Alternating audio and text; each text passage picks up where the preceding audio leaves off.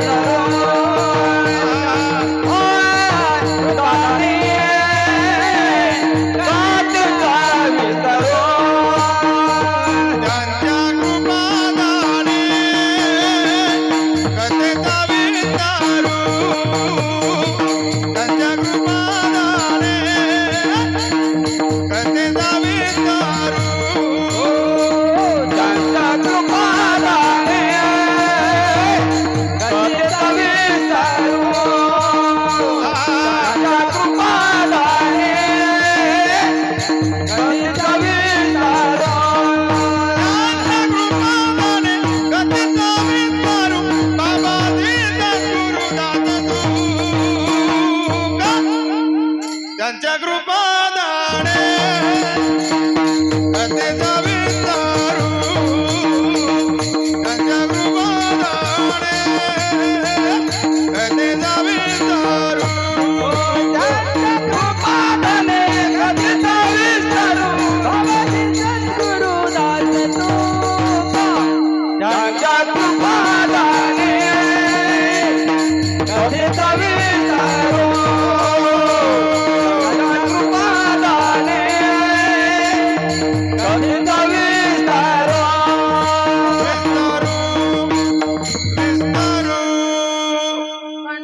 करू प्रथम नमन दुसरे चरण संतांची या त्यांच्या कृपादाने कथेचा विस्तारू बाबाजी सद्गुरु दास तुका ओम नमो ज्ञानेश्वरा करुणा करा हो दयाळा तुमचा अनुग्रह लादलो पावन झालो चराचरी वक्रतुंड महाकाय सूर्यकोटी समप्रभ निर्विघ्नं कुरु मे देव सर्वकारे शिव सर्वदा ब्रह्मानंदं परमसुखदं केवलं ज्ञानमूर्ति द्वंद्वातीतं गगनसदृशं तत्त्वमस्यादिलक्ष्यम् एकं नित्यं विमलमचलं सर्वदी साक्षिभूतं भावातीतं त्रिगुणरहितं सद्गुरु त्वं नमामि गुरुर्ब्रह्मा गुरुर्विष्णु गुरुर्देवो महेश्वर गुरुर्साक्षात् परब्रह्म तस्मै श्री गुरुन्वे नमः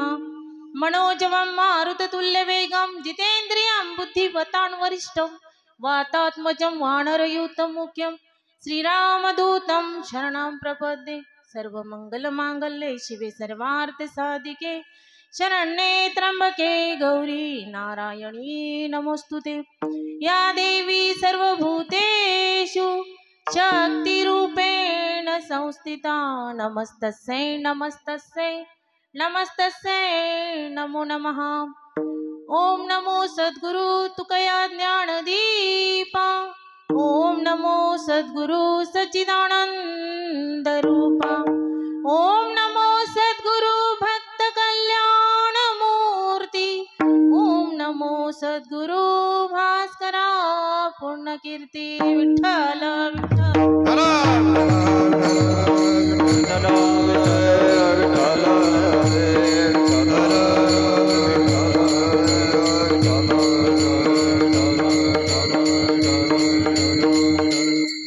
काय सांगू आता संतांचे उपकार मज निरंतर जागविती काय द्यावे त्यांची व्हावी उतराई ठेवी तो हा पायी जीव थोडा सहज बोलणे हित उपदेश करुणी सायास शिकविती तुका म्हणे वत्स धेनुवीचे चित्ती तैसे मजे ती सांभाळीत काय द्यावे त्यांची व्हावी उतराई ठेवी तो हा पायी जीव थोडा उपस्थित प्रभुप्रिय सज्जनांना आणि पांडुरंगाच्या लाडक्या भगवत भक्तांना प्रथम माझं दंडवत पवित्र ते कुड पावन तो देश जेथे हरीचे दास जन्म घेती आपल्या पवित्र पावन गावामध्ये नवरात्रीचा महाउत्सव आपण आनंदानं साजरा करत आहात कौतुकाची बाब आहे आणि या उत्सवामध्ये माझ्यासारख्या सामान्य व्यक्तीकडे आजची 7व्या दिवसाची माळ कीर्तन रूपी सेवा माझ्या वाट्याला आली मी माझं भाग्य समजते तुका म्हणे मज घडो त्यांची सेवा तरी माझ्या दैवा बार नाही प्रस्तुत अभंग हा तुकोबारायांचा आहे आणि तुकोबारायांनी प्रस्तुत अभंगामध्ये संतांचं महत्व विशद केलं जगामध्ये दुर्मिळ 3 गोष्टी सांगितल्या शास्त्र सांगतं 3 गोष्टी दुर्मिळ आहेत एक म्हणजे पहिली गोष्ट मनुष्य देह मागसांतरी मिळणार नाही असा दुर्मिळ मनुष्य देह आम्हाला मिळाला इंद्रादी देवांना नरदेहाचं महत्व कळलं होतं पण त्यांना मिळालं नाही आम्हाला नरदेह मिळाला अजूनही महत्व कळलं नाही त्यांना कळलं पण मिळाला नाही आम्हाला मिळाला पण कळलं नाही पण आमच्या साधू संतांना नरदेह मिळाला आणि त्यांचा पुरेपूर सदुपयोग त्यांनी करून घेतला संतांचं श्रेष्ठत्व प्रस्तुत अभंगामध्ये तुकोबारायांनी विशद केलंय बघा इकडे लक्ष द्या त्या महिला रोजच दिसतात तुम्हाला मी नाही रोज दिसत ना जो नवीन असते त्यांच्याकडे बघायचं आहे की नाही चित्त विचलित नाही झालं पाहिजे मग बोलण्याची लिंक तुटते पहिली दुर्मिळ गोष्ट मनुष्य देह ईश्वराच्या कृपेने आम्हाला मनुष्य देह मिळाला देवे दिला देह भजन गोमटा याच देही घडे देवाचे भजन आणि हे ज्ञान नाही कुठे. याच देहामध्ये भगवंताचं भजन होऊ शकतं. मनुष्य देहाचे 3 गुण वैशिष्ट्य आहेत, लक्षात घ्या. एक, माणसालाच बोलता येतं, जनावरांना बोलता येत नाही.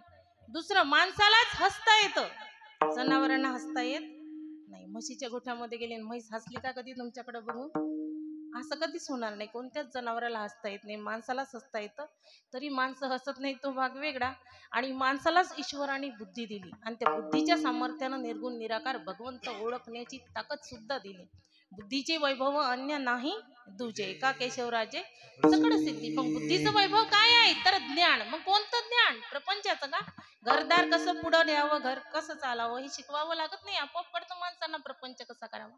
पण परमार्थ कसा साधावा याचा मात्र विचार करावा लागतो. मग ती जी बुद्धी आहे ती उपजत येत नाही, दिली बुद्धी, पण त्या बुद्धीला जी तेजस्विता पाहिजे ती संतांच्या माध्यमातून प्राप्त होते. कारण बहु अवघडा आहे संत भेटी, परी जग जेठी करुणा केली. त्या भगवंताच्या कृपेशिवाय संत भेटत नाही आणि संताच्या कृपेशिवाय चराचरातला निर्गुण निराकार भगवंत समजणार नाही. लक्षात घ्या. म्हणून पहिली दुर्मिळ गोष्ट आहे मनुष्य देह, तो आपल्याला मिळाला. देवे दिला देव भजन गोमाटा, देवे दिला देव भजन गोमाटा, देवे दिला दे भजना गोमाता, देवे दिला दे भजना गोमाता, देवे दिला देव भजन गोमाटा, देवे दिला देव भजन गोमाटा, देवे दिला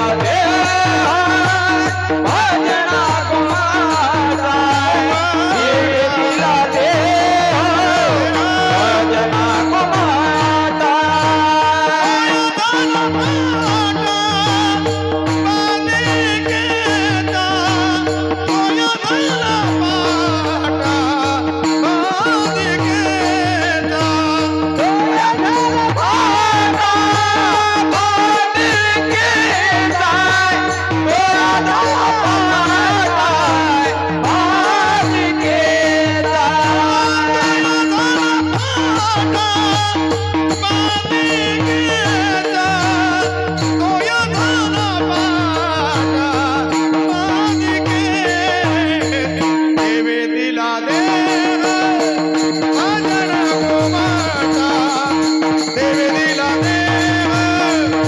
भजना गोमाता, देवे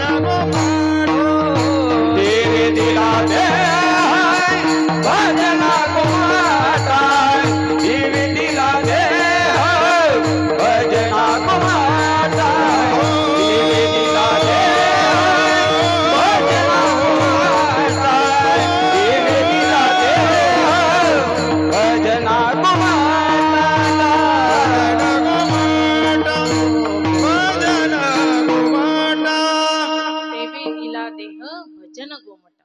भोजन गोमटा नाही बरं, खाण्या पिण्यासाठी नाही दिला. भगवंतांनी नरदेह फक्त भगवत भक्तीसाठी दिला, निर्गुण निराकार ईश्वराची ओळख करण्यासाठी हा देह दिला. ठीक आहे, प्रपंचानं भगवंतानं आपल्याला संसारात नकळत पाठवलं ना, पण त्यात कशासाठी पाठवलं बघा? कर्म करता करता मला आठवी तो खरा ज्ञान. आपण आठवतो का? आपण कर्मामध्ये इतकं तल्लीन झालो की ज्याने निर्माण केलं त्या ईश्वराच्या अस्तित्वाला सुद्धा विसरलो. फार मोठं दुःख आहे. आणि मग त्या खऱ्या ज्ञानाची ओळख करून घेण्यासाठी संत अवतीर्ण झाले. बघा, धर्माचे पालन करणे पाखंड खंडन, हेच करणे आम्हा काम बीज वाढवावे ना. माणसाला योग्य दिशा दाखवण्यासाठी, कारण समाज भरकटला ना, समाजाला जेव्हा धर्माची ग्लानी येते किंवा समाज दुसऱ्याच गोष्टीला भरकटतो जातो, तर अशा वेळेस संतांचं अवतार कार्य होतं, भगवंताचं अवतार कार्य होतं का? धर्माचं रक्षण करण्यासाठी. कोणता धर्म? खरा तो एकची धर्म जगाला प्रेम अर्पावे. तो मानवता नावाचा जो धर्म आहे त्याला वाढवायचा आहे, त्याला मोठं करायचं आहे, त्यासाठी संतांचे अवतार झालेत. माणूस म्हणून जन्माला आलो आपण, पण माणसाला दिशा दाखवणारे संत भेटणं फार मुश्किल आहे. म्हणून दुसरी दुर्मिळ गोष्ट आहे संत भेट. बहु अवघड आहे संत भेटी. संतांची भेट ही दुर्मिळ आहे. आम्हाला ज्याला झाली ना त्याने खूप काही कमवलं, लक्षात घ्या. कुणाला वाटतं का संत भेटले पाहिजे म्हणून? इथल्या प्रत्येकाला वाटतं का आम्हाला संत भेटले पाहिजे म्हणून? वाटतच नाही ना. आम्हाला वेळ कुठं आहे हो संतांचे शोध घ्यायला किंवा संतांबद्दल विचार करायला. आम्हाला पूर्ण प्रपंचामध्ये टाइम कमी पडतो ना, तर परमार्थ तर दूरचीच गोष्ट आहे. आम्हाला राजकारणी बाई पाहिजे, पैशावाला जावई पाहिजे, मोठे मोठे सोयरे पाहिजेत, मोठे मोठे पुढारी नेते पाहिजेत, खासदार आमदार ओळखीचे पाहिजेत, म्हणजे आमची जरा ताकद वाढते असं आम्हाला वाटतं. पण संत भेटावे असं कुठल्याही जीवाला वाटत नाही. पण संतांचं दान हे अविनाशी दान आहे, लक्षात घ्या. संत जे देतात ना ते कधीच संपत नाही, ते कधीच खंडित होत नाही. असं अविनाशी दान संत देतात. कोणतं? सत्य काय आहे जगामध्ये? आपण म्हणतो भगवंत हा निर्गुण निराकार आहे, चराचर व्याप्त आहे. विठ्ठल जडीस तडी भरला, रीता ठाव नाही उरला. मग भगवंत हाच सत्य आहे. सत्य तू सत्य तू सत्य तू विठ्ठला, सत्य साच खरे नाम विठोबाचे बरे. मग या सत्याची ओळख करून देणारे संत फार दुर्मिळ आहेत. ते ज्याला भेटले ना त्याच्यासारखा पुण्यवान कोणी नाही. भाग्य नव्हे धन पुत्र दारा, निकटवास बरा संत बाई. आम्हाला वाटतं चांगली बायको मिळाली, भाग्य उदयाला आलं. पैशावाला पती मिळाला, भाग्य उदयाला आलं. मुलगा इंजिनियर झाला, 12-12 लाख कमवतो, भाग्य उदयाला आलं. याला भाग्याच्या गोष्टी म्हणतात का? नाही. भाग्य नव्हे धन पुत्र दारा, जो संतांच्या चरणाजवळ आहे त्याचं भाग्य उदयाला. लक्षात घ्या. सगळ्या गोष्टी मिळतील पण संतांची कृपा मिळणं फार अवघड आहे. ज्याला मिळाली ना त्यांना समजायचं आयुष्याचं कल्याण झालं. फार दुर्मिळ आहे. धन्य काढ संत भेटी, पायी मिठी पडली तू, संदेहाच्या सुटल्या गाठी, झालं पोटी शीतळ. सगळं मिळेल, संतांची भेट नाही बघा. आणि प्रस्तुत अभंगामध्ये तुकोबारायांनी संतांच्या कृपेचं वर्णन केलं. म्हणून दुसरी दुर्मिळ गोष्ट आहे संत कृपा. आणि तिसरी दुर्मिळ गोष्ट आहे मोक्षाची इच्छा निर्माण होणं. आम्ही जन्माला कशा करता आलो? आम्हाला भगवंताचं निर्गुण निराकार रूप बघायचं आहे, ओळखायचं आहे, त्यासाठी हा मनुष्य देह आहे. पण नेमकं मोहमायेची खास सुटली, नकळत तो देह निघून गेला. मग किती वेळा जन्मा यावे, किती वेळा व्हावे फजित, म्हणून या जीव भ्याला शरण गेला विठोबाशी. जी अज्ञान आहे, जी अविद्या आहे, जी माया आहे ना, ती दूर सारून सत्याचा प्रकाश तेवत ठेवायचा आहे. त्याला म्हणतात अध्यात्म. आई जगदंबेची जी आदी माया शक्ती आहे ना, ती जी ऊर्जा, शक्ती म्हणजे ऊर्जा, ती शक्ती अखल ब्रह्मांड चालवते. ही जे 9 ग्रह आहेत ना, आपण म्हणतो ब्रह्मांडातले 9 ग्रह, त्या 9 ग्रहाला गतिमान ठेवण्याची जी ऊर्जा आहे, जी शक्ती आहे, ती आदिमाया शक्ती आहे. आमच्या शरीरामध्ये ज्या कुंडलिनी आहेत, त्या कुंडलिनीची जी शक्ती आहे ती सुद्धा आदिमाया शक्तीच आहे. तुम्ही आपण जे कार्य करतो, कार्य करण्यासाठी आम्हाला काय लागते? शक्ती लागते, ऊर्जा लागते, ती सुद्धा आदिमाया शक्ती आहे. ही जी अविद्या आहे ना, चराचर व्याप्त. भुशीमध्ये दाना असतो का? दाण्यामध्ये भुशी असते. भुशीमध्ये दाना असतो, तशी मायेमध्ये ब्रह्म आहे. आणि त्या ब्रह्माला ओळखायचं, आणि त्यासाठी हा मनुष्य देह आहे. ओळखलंच नाही ना आम्ही कशाला आलो हे माहिती नाही, कुठे जाणार हे सुद्धा आम्हाला माहिती नाही. देवानी जन्माला घातलं, कसं तरी जगायचं, मरण येईल त्या दिवशी मरायचं, माहीतच नाही ना कुठं जायचंय. एका गावामध्ये लग्न होतं बघा. नवरदेव घोड्यावर बसला आणि हनुमंतरायाच्या मंदिराकडे गेला. तिथं नाश्ता झाला, सगळं झालं. मग आता नवरदेवाला नवरी मंडपाकडे जाण्याची घाई झाली आणि चला म्हणे लवकर, टाइम झाला ना. पण तो घोडा काही ऐकत नव्हता. त्यांनी एक फेरी मारली हनुमंतरायाच्या मंदिराभोवती. मग ठीक आहे, भाविक दिसतो घोडा म्हणून मारली असे. एक झाली, दुसरी झाली, तिसरी झाली, अशा 5 फेऱ्या झाल्या. नवरदेवाला घाई झाली मंडपाकडे जायची. का हो म्हणे, आता नुसतं गोलच फिरून राहिला, कधी चालतात, चला ना, वेळ झाला. कुठून आणला म्हणे हा घोडा? म्हणे सर्कशीतून आणला. म्हणून तो गोल गोल फिरतो ना. आम्ही सर्कशीतले घोडेच आहो, गोल गोल फिरतो, ह्या जन्मातून त्या जन्मात, त्या जन्मातून त्या जन्मात. मग 84 लक्ष योनी पूर्ण झाल्या म्हणतात, तेव्हा मनुष्य देह प्राप्त होतो. त्याला कितीतरी युग होऊन जातात, नाही का? पण त्याची काही गरजच नाही ना. म्हणून मोक्षाची इच्छा निर्माण होणं हे सुद्धा दुर्मिळ आहे. आम्हाला वाटतं का आम्हाला या जीवाला शिवाकडे जायचंय? तुका म्हणे गंगा सागर संगमी, अवघ्या झाल्या उर्मी एक मैल. तुका म्हणे आम्ही झालो अग्निरूप, लागून येती पाप पुण्य अंगा. या जीवाला वाटतच नाही आम्हाला मोक्ष मिळावा, कारण आम्ही प्रपंचासक्त विषयासक्त जीव आहे. आणि ते जोपर्यंत आहे तोपर्यंत मोक्ष तर काय, या जीवनाचं कल्याण सुद्धा आम्ही करू शकत नाही. म्हणून संताविण प्राप्ती नाही, ऐसे वेद देती ग्वाही. आपण नवरात्री का साजरी करतो? नवरात्रीचा उपवास, नवरात्रीचे काय नियम आहेत ते आपण पाळतो, घटस्थापना करतो. आई जगदंबेनं महिषासुराशी 9 दिवस युद्ध केलं, एक अन्नाचा कण सुद्धा खाल्ला नाही किंवा पाणी पिलं नाही, म्हणून आपण तिची आराधना म्हणून उपवास करतो. आणि दुसरी गोष्ट म्हणजे आदी माया शक्तीची चराचर सृष्टीत जी अस्तित्व आहे त्याची वंदना म्हणून स्थापन करतो. आई जगदंबेनं शुंभ निशुंभाचा वध केला.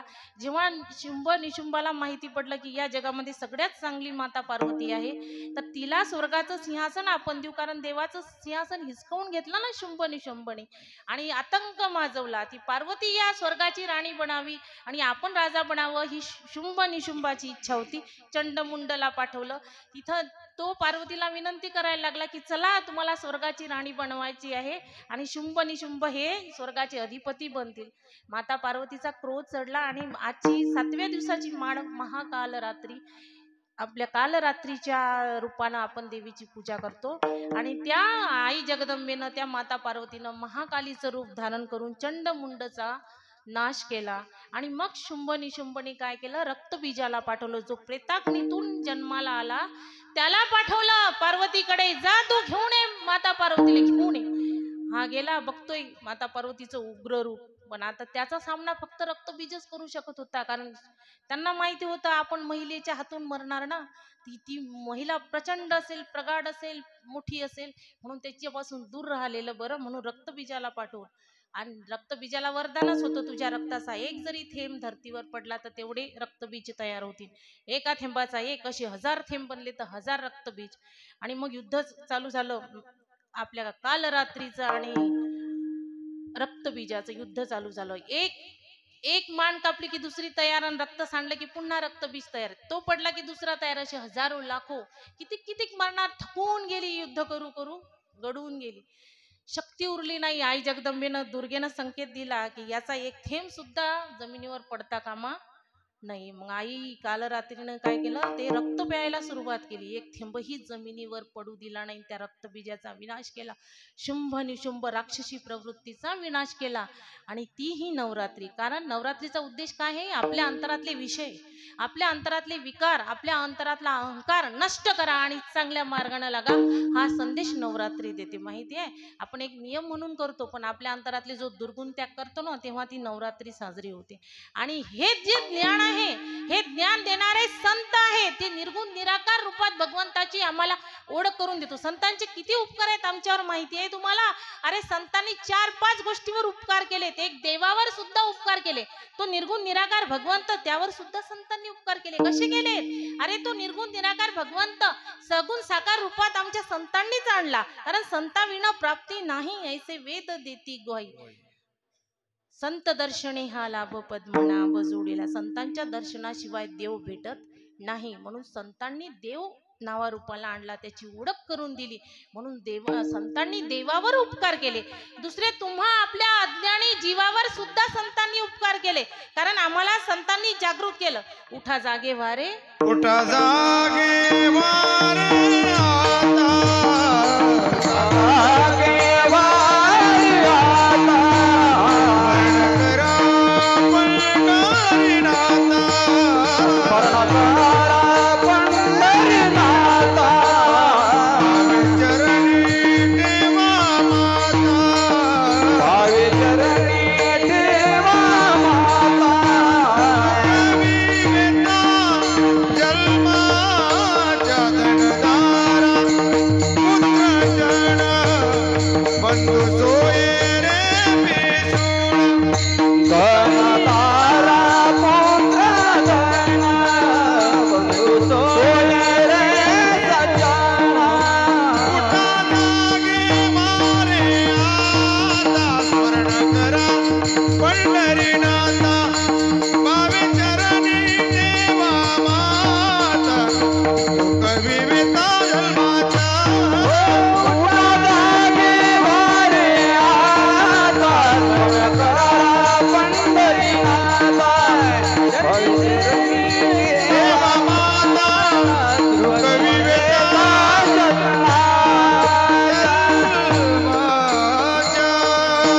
उठा जागे वारे आता. झोपेतून नाही उठवलं बरं का, झोपेतून नाही उठवलं. अज्ञानाच्या रात्रीतून तुम्हा आम्हाला संतांनी उठवलं. म्हणजे माणसावर सुद्धा संतांनी उपकार केले. तिसरं, धर्मावर सुद्धा संतांनी उपकार केले. धर्माचे पालन करणे पाखंड खंडन, हे जे करणे आम्हा काम बीज वाढवावे नाम. साक्षात भगवंत ज्ञानोबा रायांच्या रूपाने अवतीर्ण झाले. महाविष्णूचा अवतार सखा माझा ज्ञानेश्वर, तो भगवंत संत रूपाने प्रगट झाले. कशासाठी? धर्माचं रक्षण करण्यासाठी. म्हणजे धर्मावर सुद्धा उपकार झाले केले संतांनी. मग या संतांचे किती उपकार आहेत त्याचं वर्णन अभंगाच्या पहिल्या चरणात. काय सांगू आता संतांचे उपकार, काय सांगू आता संतांचे उपकार,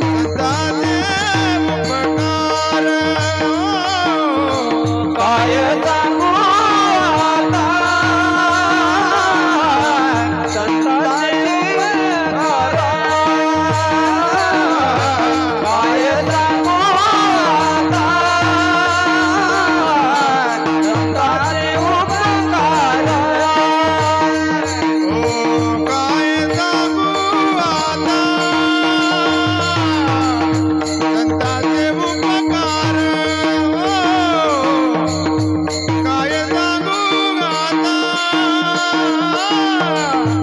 संतांचे उपकार. ओ काय सांगू आता संतांचे उपकार, काय सांगू आता संतांचे उपकार, काय सांगू आता संतांचे उपकार, काय सांगू आता संतांचे उपकार.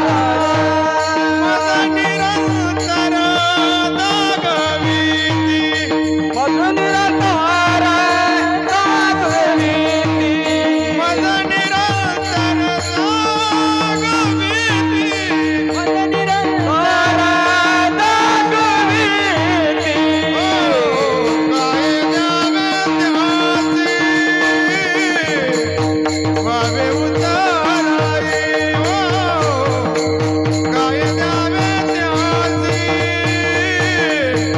व्हावे उताराई, ओ काय द्यावे याची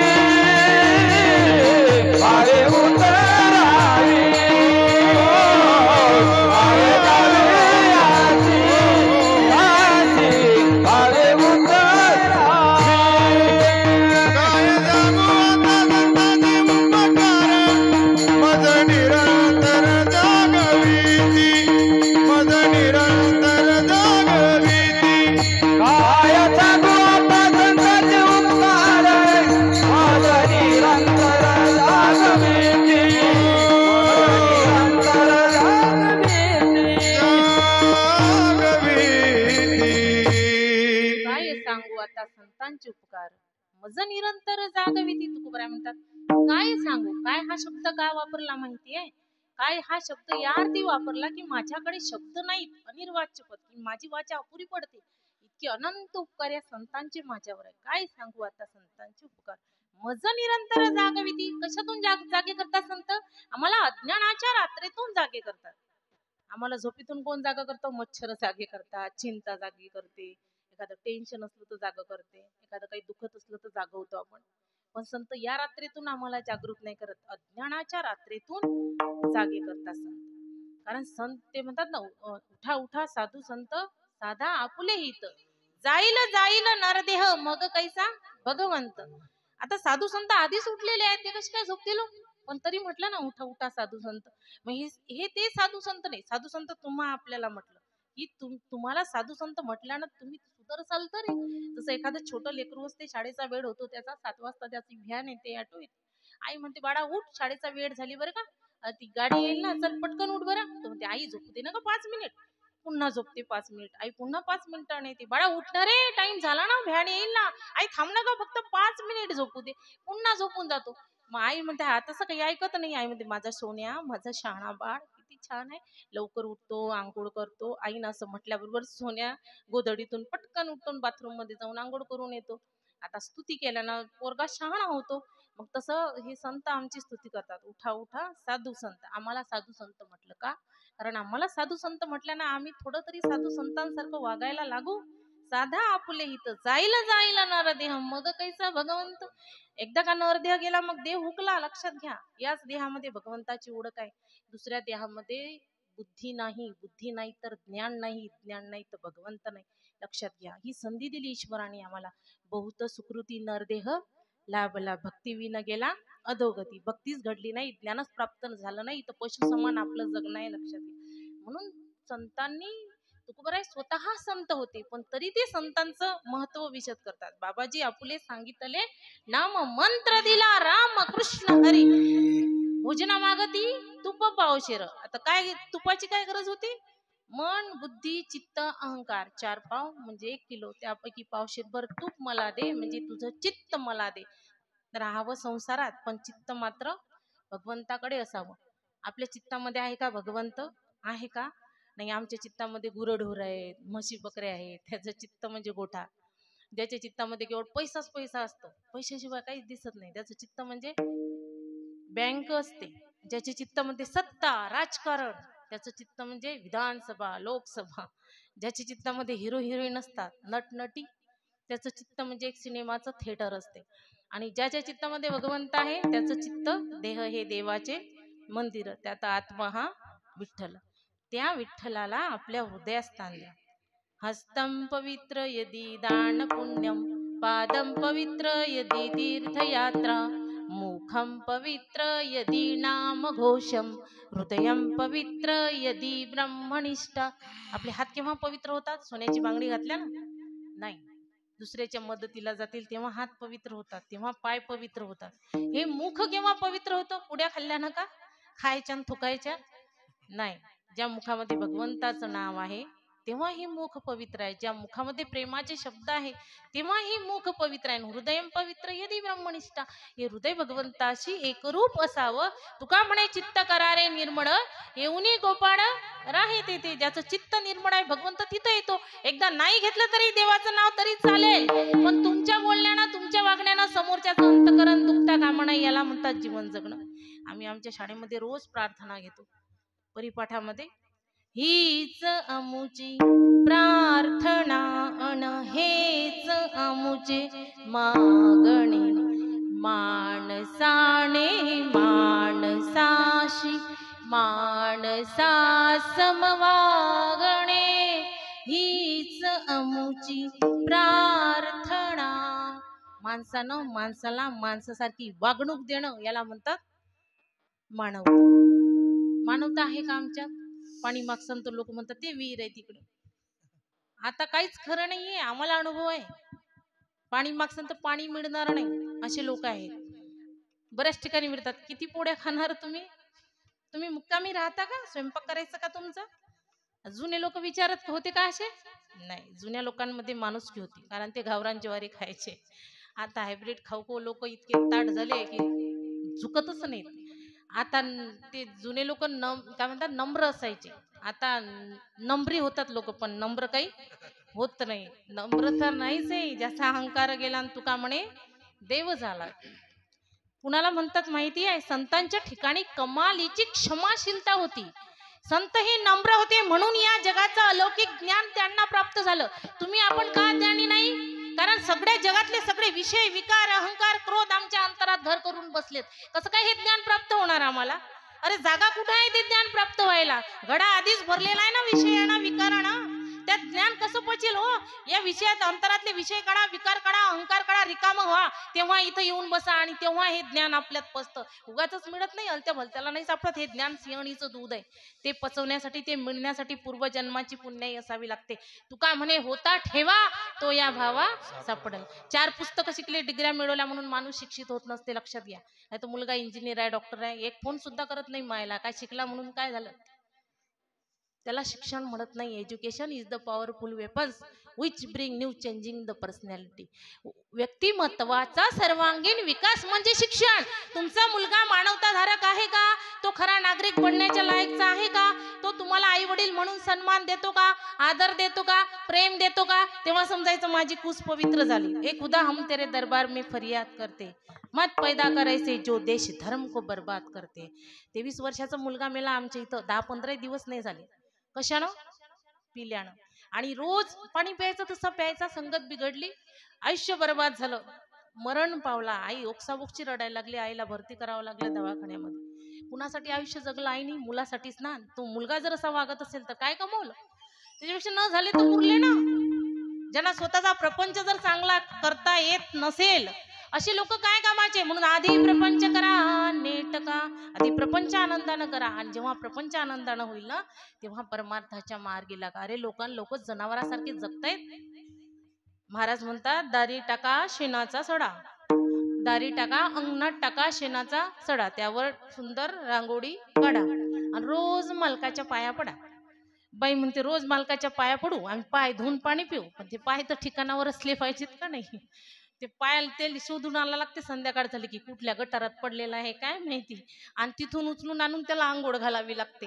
हे असे जर जगले तर काय फायदा आहे? खेड्यातले 50% लोक व्यसन करतात. बऱ्याच ठिकाणी प्रमाण आहे. शाळेमध्ये 40% मुलांच्या घरी व्यसन आहेत, की ज्यांच्या घरी संध्याकाळचे भांडणं आहेत, शिव्या आहेत, आदळआपट आहे. त्या मुलांवर काय चांगले संस्कार करणार हो तुम्ही? अरे भारतासारखी संस्कृती विश्वात कुठे नाही. धन्य ही भारतवर्ष, धन्य यस्य परंपरा, धन्य ही भारतीय जन, धन्य यस्य संस्कृती. अरे भारतासारखी संस्कृती अख्ख्या विश्वात कुठे नाही. पण ती संस्कृती आम्ही कितपत जतन करून ठेवतो त्याला महत्व आहे ना. आमचे मुलं कॉलेजला जातात, डॉक्टर इंजिनियर बनतात, शिक्षक बनतात, वकील बनतात, पण आमच्या पोरांना साधी ज्ञानेश्वरी वाचन नाही. वाचन जाऊ द्या हो, ज्ञानेश्वरी कुणी लिहिली हे सुद्धा माहिती नाही, पसायदान माहित नाही, हरिपाठ माहिती नाही. दुसऱ्या धर्मात जाऊन बघा, एवढ्या लेकरांना प्रार्थना येतात की नाही त्याच्या. संस्कृती कोण भुललं? आम्हीच भुललो ना. आमच्या पोरांना आम्ही शिकवतो का? आमच्या घरात मोबाईलवर कधी माऊलीची ज्ञानेश्वरी लागते का? कधी तुकोबारायांचा गाथा लागते का? संध्याकाळी एखाद्या संतांचं चरित्र लागतं. आमच्या मोबाईलमध्ये सिनेमाचे गाणे लागतात. आमचे पोरं मोबाईल घेऊन बसतात. 1.5 वर्षाच्या पोराकडनं मोबाईल हिसकून घ्या, कसा हातपाय आपटतो, प्रत्येकाला अनुभव आहे. जुन्या काळात लेकरू रडलं तर एखाद्या आजीला विचारा, लेकरू रडलं तर कुठं जात होती आजी तू? आजी म्हणते संध्याकाळी हरिपाठात मंदिरात जाऊन बसत होते नातवाला घेऊन. आता लेकरू रडलं तर काय देता तुम्ही? मोबाईलच देता ना. चल घे बघ, त्रास नको देऊन द्यायचा हातात. ते पोरग बिघडतं. मग बाप सांगतो आनंदानं की मला येत नाही हो, ते समजते एवढ्याशा मुलाला. अरे समजून नाही तर काय, ते भारी जाणार ना पुढं, तुला कुठं माहिती आहे? मोठे मोठे मुलं कॉलेजला शिकणारे मुलं वेडे झालेत मोबाईल पायी. एक मुलगा तर कोपऱ्यात जाऊन बसतो, बंदुकीचे आवाज काढतो, कसंही बोलतो, कसंही वागतो. हे ते ऑनलाईन गेम खेळण्याचे परिणाम आहे. साक्षात डोळ्यानं बघितला मी मुलगा. भरती करावं लागलं दवाखान्यात. अति प्रमाणात मोबाईल. आपले छोटे छोटे मुलं अभ्यास देतात सोडून. शास्त्र सांगतं बालपणात विद्या कमावी, तरुणपणात धन कमावून, म्हातारपणात दान करावं. बालपणात बुद्धी तल्लक असते, खूप अभ्यास करा ना, आपल्या गावचं नाव कमवा, माय बापांचं नाव कमवा, मोठे ऑफिसर बना, पैसा कमवा, प्रपंच आनंदानं करावं. पण ते सर्व बिघडलं. 5वीचे मुलं पुड्या खातायत मागे वर्गात बसून.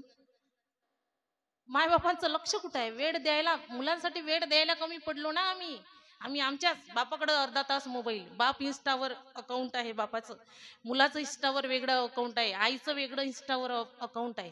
आणि ते व्हिडिओ पाहून मिळतं काय तुम्हाला? मोबाईलचा वापर चांगलाही करता येतो, लक्षात घ्या बरं.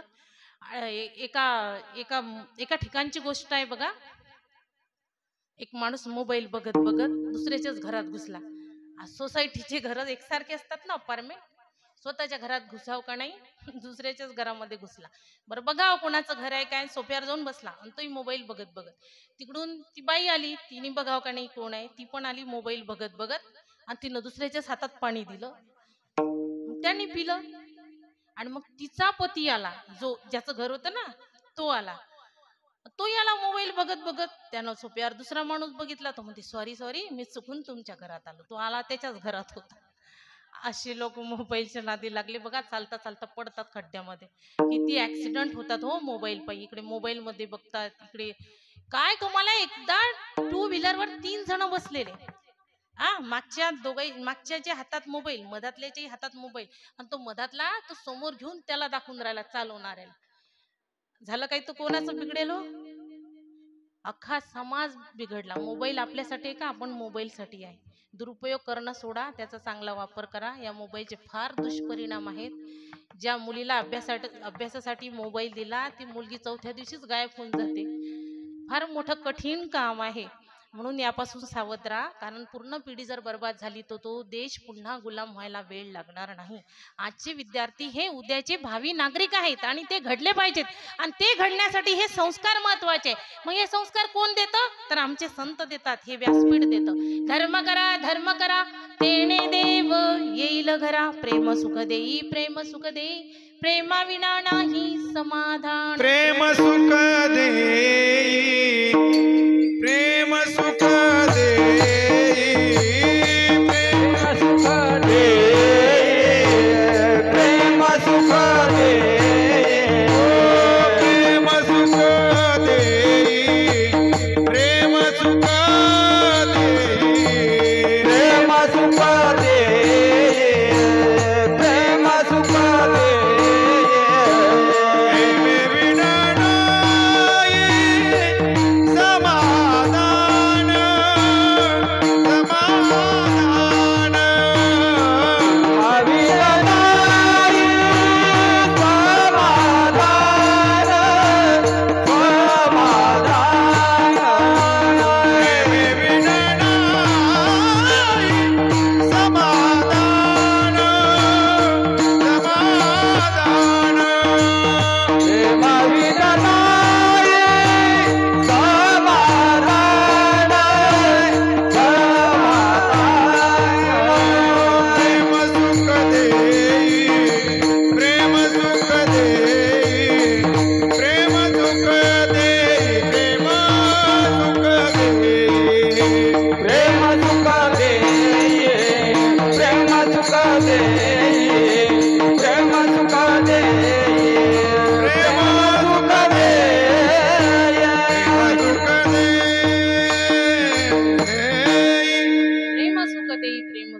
प्रेमाविना नाही समाधान. हे प्रेम शिकवलं संतांनी. खरा धर्म कोणता आहे माहिती आहे? फक्त एकच, मानवता आणि प्रेम. मग लोक त्या धर्माचं पालन करतात का? आपण करतो.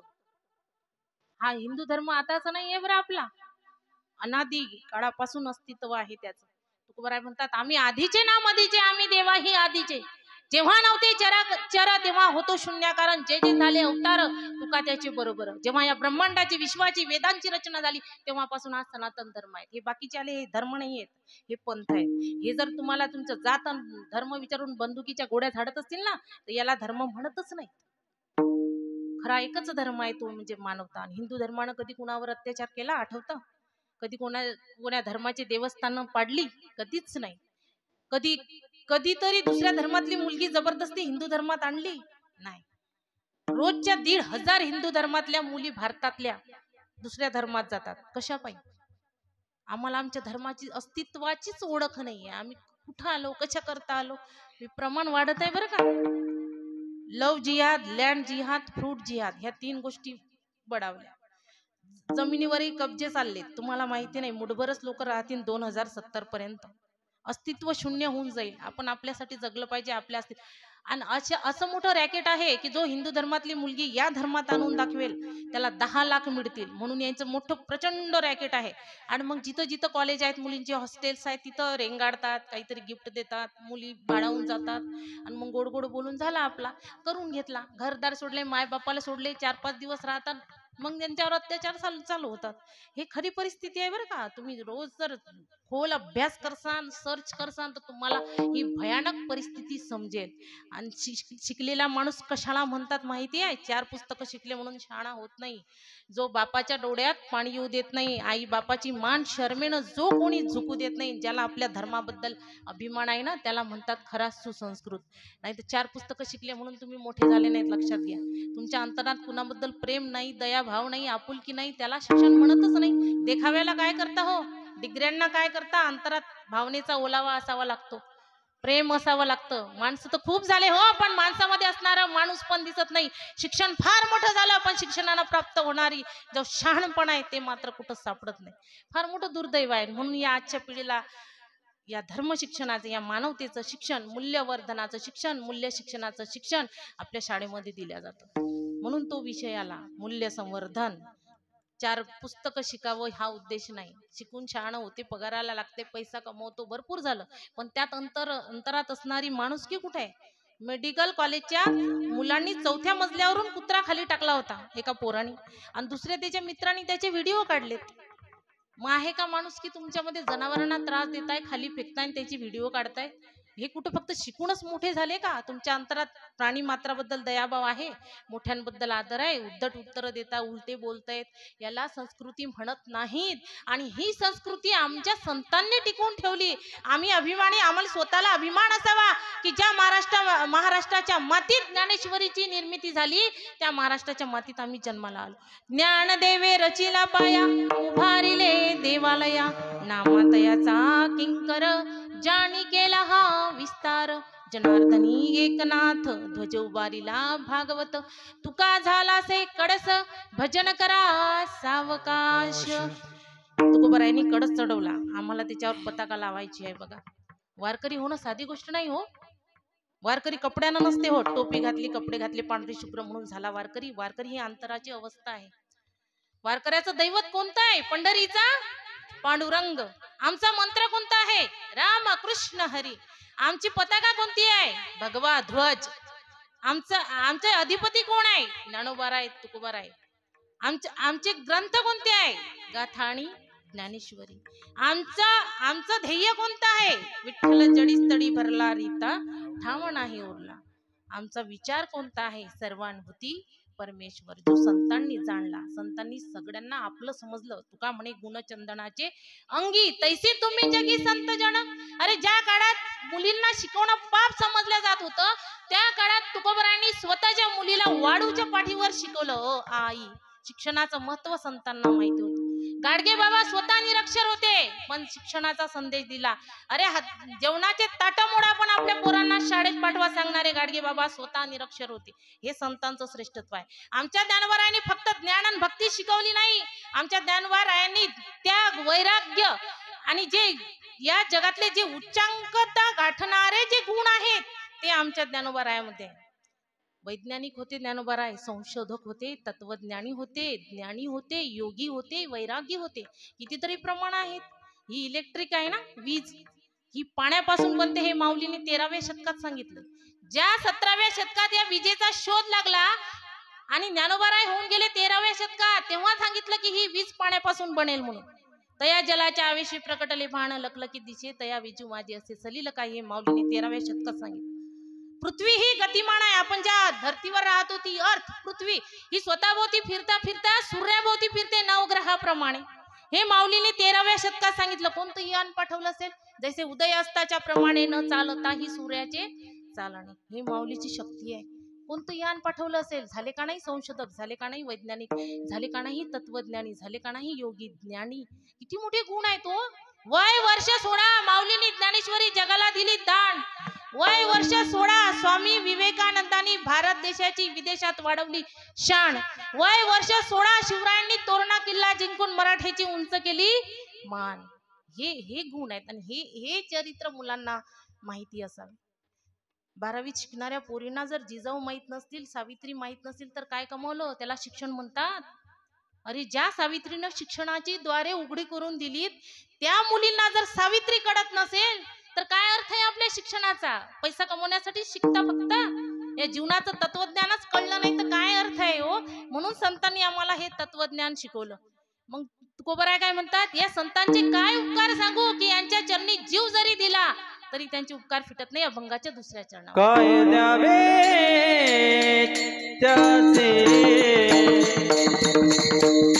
भावे उतराये, काय द्यावे त्याचे भावे उतराये, काय द्यावे याचे भावे उतराये.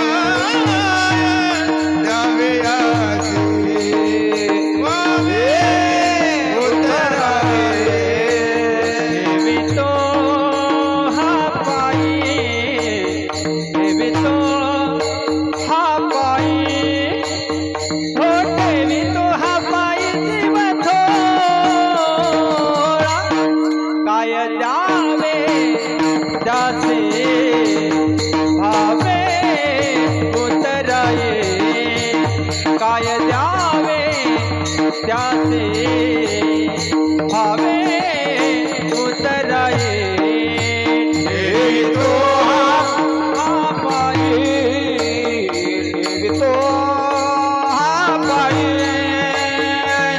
ठेवितो हा पायी जीव तोडा काय द्यावे त्याचे भावे उतराये काय द्यावे त्याचे भावे उतराये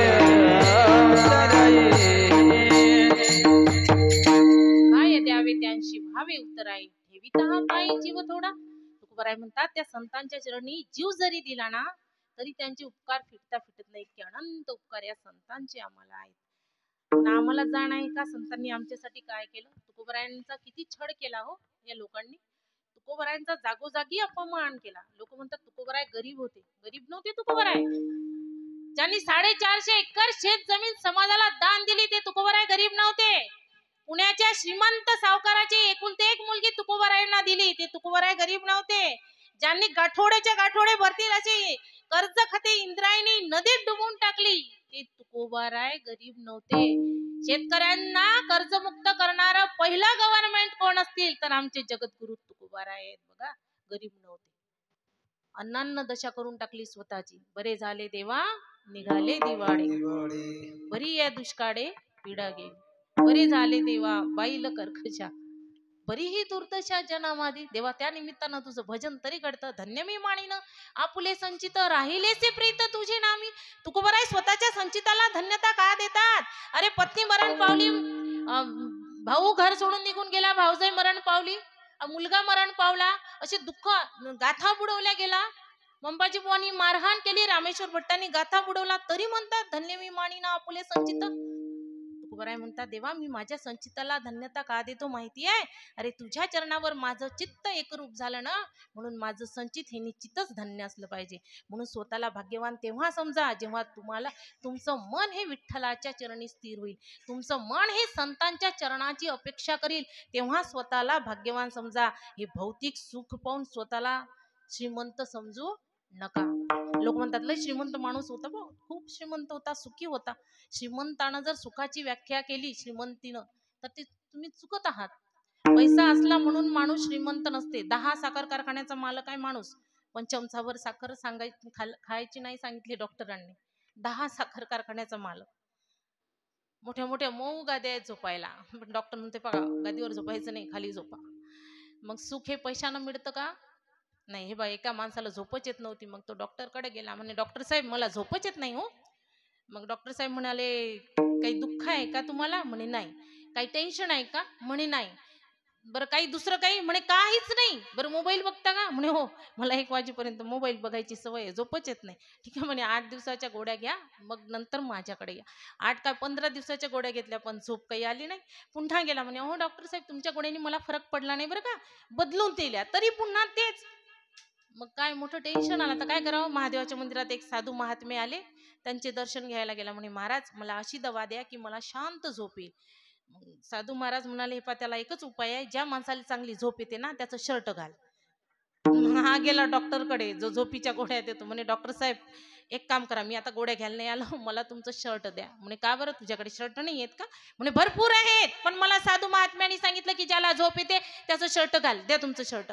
म्हणे असं तुला कोणी सांगितलं मला झोप येते. मीच तर पेशंटची वाट हैराण आहे. म्हणे हे दवाखाना कर्ज काढून बांधलात कधी त्याचं कर्ज फेड होते काय सांगावं. मलाही झोप येते. म्हणे चला माझ्या संग असा शोधू म्हणे की ज्याला झोप येते. गेले ते एका मोठ्या इंजिनियरकडे. म्हणे इंजिनियर साहेब किती मोठा बंगला छान तुमची गाडी काय कमी आहे हो तुम्हाला. आमच्या दोघांना 1-1 शर्ट द्या. अरे तुम्ही तर चांगले दिसता शर्ट काय मागताय. म्हणे मंदिरातल्या साधू महात्म्यांनी सांगितलं ज्याला चांगली झोप येते त्याचं शर्ट घाल. म्हणे तुला कोणी सांगितलं मला चांगली झोप येते. अरे बाबा मीच तर मोठं प्रमोशन व्हायची वाट बघून राहिलो. कधी माझा पगार वाढतो कधी नाही झोप नाही येत म्हणे मला. मग ठीक आहे आपण 3 जण असा माणूस शोधू की ज्याला झोप येते. पुढाऱ्याकडे गेले. जे मत मागायला येतात पुढारी त्यांच्याकडे गेले. म्हणे नेते साहेब तुमच्याकडे काय कमी आहे हो. किती मोठी इस्टेट आहे तुमच्याकडे जमा केलेली. आता काही टेन्शन नाही आमच्या तिघाईला फक्त 3 शर्ट द्या. म्हणजे चांगल्या घरातले दिसतात शर्ट काय मागताय.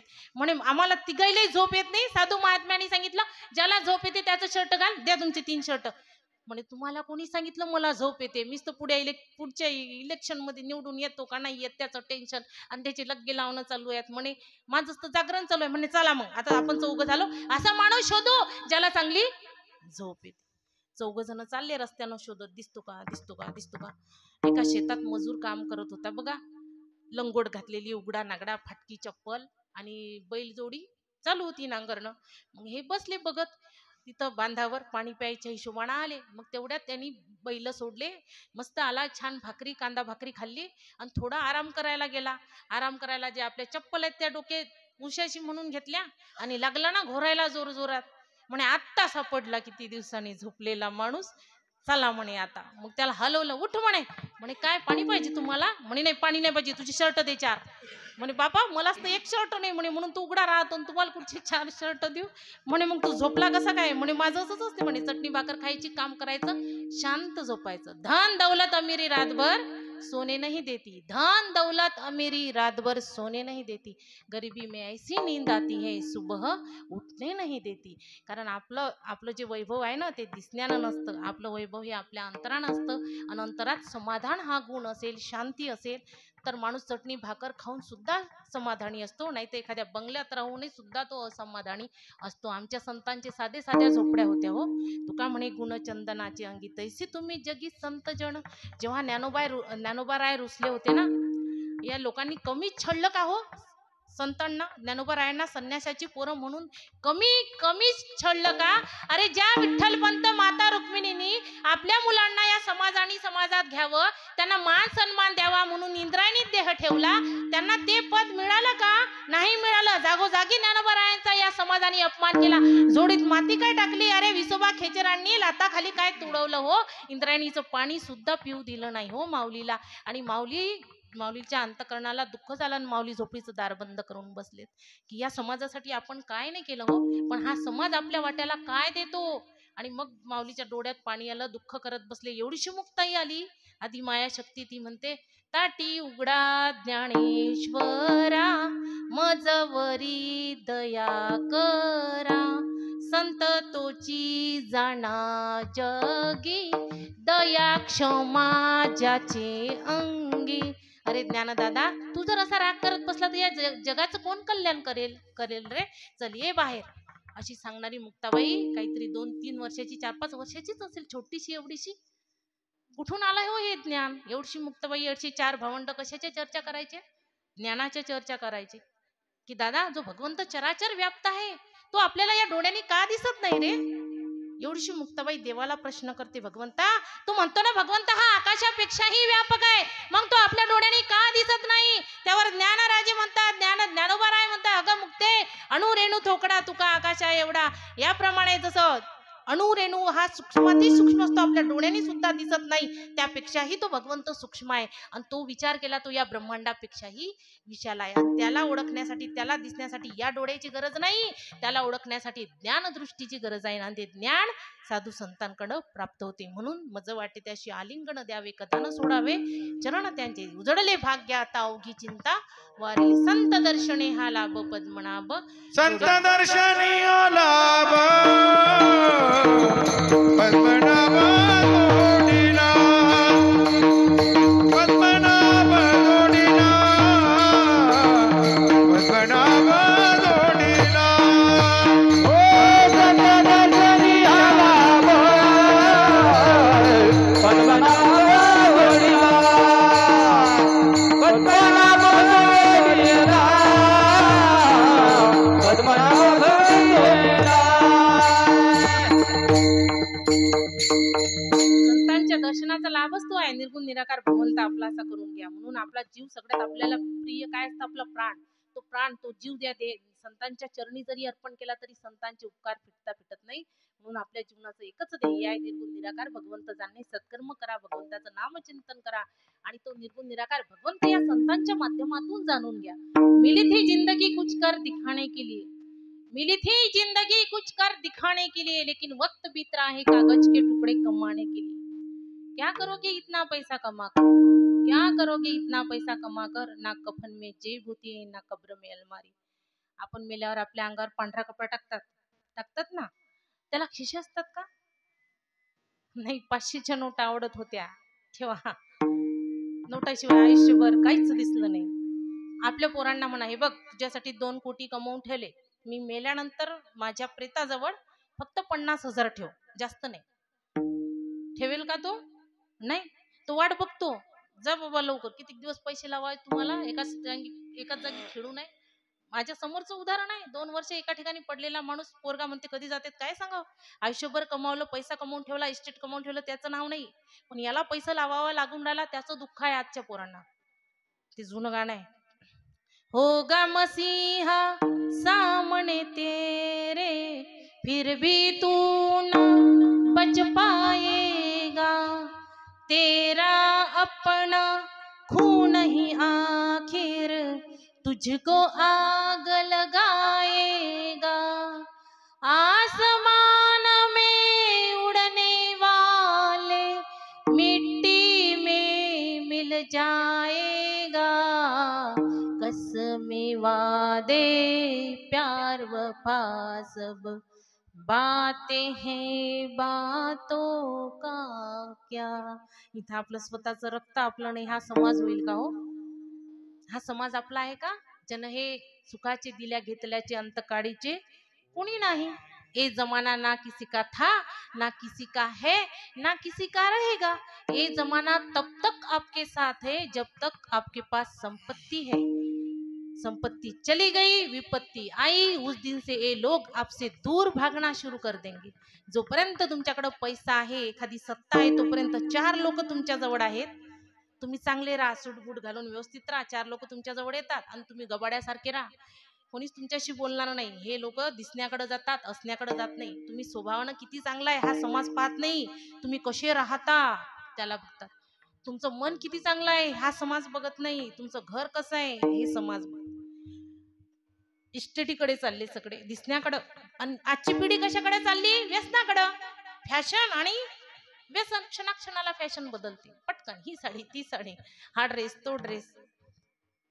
लग्नात गेलं की मुलगी कोणती, नवरी कोणती, पोरी कोणत्या काही समजत नाही, नाही का? फॅशन आली. ते म्हणतात ना, केस वाढून देवानंद बनल्यापेक्षा ज्ञान वाढून स्वामी विवेकानंद बना. दिसण्याला काय महत्व देता हो? या दिसण्याचं अस्तित्व ज्या असण्यामुळं आहे ना, त्या तत्वाला ओळखा. म्हैस मेलेली आहे ना, मेली आहे म्हैस, काढा बरं दूध देईल का? कारण दूध देणारी म्हैस निघून गेली. तसं आम्ही मरू द्या, आम्ही मरू द्या, आणि लोक तुम्हाला तुमच्या नावानं नाही विचारतील, कुठं आहे प्रेत, कुठपर्यंत आली बॉडी, असं विचारतील. अरे जो तत्व आहे चालणार, ते निघून गेलं की तुम्हाला शून्य किंमत आहे ना. चौघांच्या खांद्यावर जातो आपण. देव सगळ्याला आवडतो का नाही? आवडतो ना. मुख्यमंत्र्याच्या लाडक्या बहिणी झाल्यात ना, आता हातवर करा. देव सगळ्यांना आवडतो ना. आता तुम्हाला वाटतं ना देव आपल्या घरी यायला पाहिजे? आता कोणाला वाटतं आपण देवाच्या घरी गेलो पाहिजे? हुशार आहेत जरा. देव आमच्या घरी यावं असं सगळ्यांना वाटतं, पण आपण काही बाबा देवाच्या घरी जायचं नाही. देवाच्या घरी जाणं म्हणजे राम नाम सत्य आहे. चौघांच्या खांद्यावर जाणं. मग चौघांच्या खांद्यावर जाते कोण? तुम्ही जाता नाही. तुमचं हे जड तत्वाचं शरीर जातं चौघांच्या खांद्यावर. तुम्ही तर तुमच्या गावाला चालले ना हो. माझे माहेर पंढरी आहे भिवरीच्या तिरी, आम्ही जातो आमुच्या गावा, आमुचा राम राम घ्यावा. मग आपण आपल्या घरी जाण्याचं सामर्थ्य आमच्याकडे आहे का? नाही, आम्ही तिथं जातच नाही, कारण आमचे कर्म चुकलेत ना. आमचे संत गेले बरं का, संत गेलेत, आम्ही नाही जाऊ. संत जिवंतपर्यंत मोक्षपदाला गेले. आपले मरण पाहिल्या म्या डोळा, तो सुख सोडा अनुपम्य. ज्याला ज्ञान आहे तो मरणाला घाबरतच नाही, कारण हा देह माझा नाही, मी या देहाचा नाही, मी आपल्याकडे परतत्व परब्रह्म आहे, हे संतांचं ज्ञान आहे. या संतांनी या देहाला मी मांडलंच नाही, त्यामुळे विषय तो त्यांचा झाला नारायण नावडे जनधन माता पिता. म्हणून तो संतांचा उपदेश महत्व आहे. ज्यांनी गुरु नाही केला त्याचा जन्म वाया गेला. गुरु ज्ञान नाही ज्याशी तरणोपाय नाही त्याशी. गुरु गोविंद दोनो खडे काकू लागे पाय, बलिहारी गुरुदेव की गोविंदो दियो दिखाय. माझ्या समोर गुरु महाराज संत आणि भगवंत जर उभा असला ना, मी आधी दर्शन संतांचं घेईन. का? कारण संत आहेत म्हणून देव कळला. संतच नसले तर देव कळला असतं का? एकदा देव रुसला तर चालेल, संत वाचवतील, पण संत रुसले ना, मग देवाचा देवही तुम्हाला वाचू शकत नाही. म्हणून त्या संतांना रुसू नका देऊ, त्यांना आपलंसं करून घ्या. देव हा न्यायवंत आहे, संत हे दयावंत आहे. देव हा न्यायवत्सल आहे, संत हे अनंत वत्सल आहे. देव हा तुम्हाला कर्माचे फळ भोगायलाच लावेल, पण पण संत मात्र तुम्हाला कर्माच्या बंधनातूनच मुक्त करतात. एवढं सामर्थ्य संतांमध्ये आहे. म्हणून तुकोबाराय म्हणतात की त्या संतांचा उपदेश लक्षात घ्या. अभंगाच्या 3ऱ्या चरणी सहज बोलाने हित उपदेश, सहज बोलणे हित उपदेश, सहज बोलणे हित उपदेश, सहज बोलणे हित उपदेश, सहज बोलणे हित उपदेश,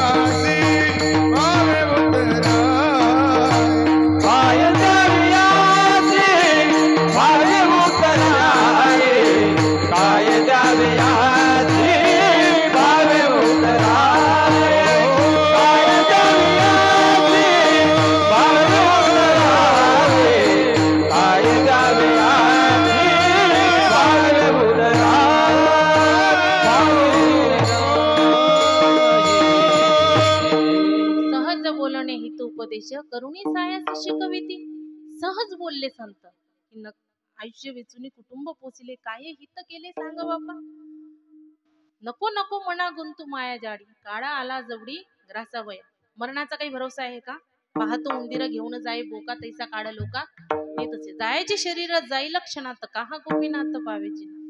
देह हे काळाचे, धन कुबेराचे, ते मनुष्याचे काय आहे. मग अभिमान करता कशाचा? ज्या देहात राहता ते देह तरी आपला आहे का?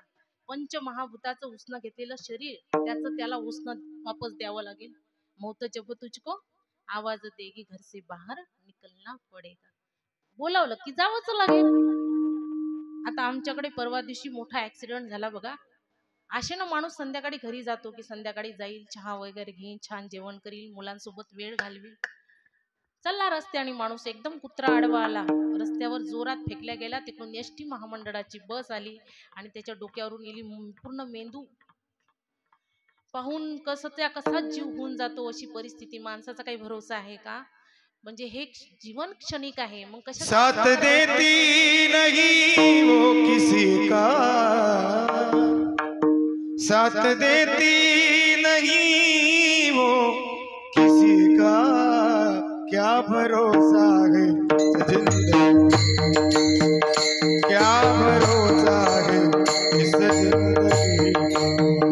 साथ देती नहीं वो किसी का, साथ देती नहीं वो किसी का, क्या भरोसा है इस जिंदगी का, क्या भरोसा है इस जिंदगी का. साथ देती नहीं, साथ देती नहीं, साथ देती नहीं वो किसका, क्या भरोसा है, क्या भरोसा. साथ देती नहीं वो किसी का, क्या भरोसा है इस जिंदगी का, क्या भरोसा है इस जिंदगी